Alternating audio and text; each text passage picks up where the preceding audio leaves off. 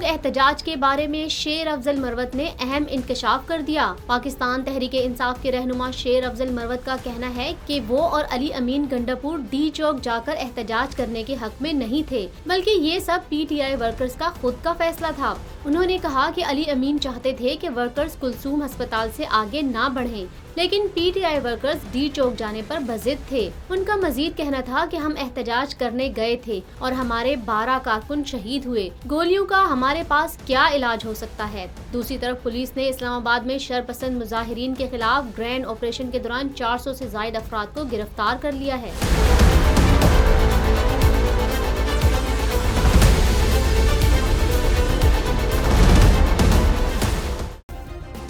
Subscribe करें और bell दबाएं ताकि कोई खबर रह न जाए।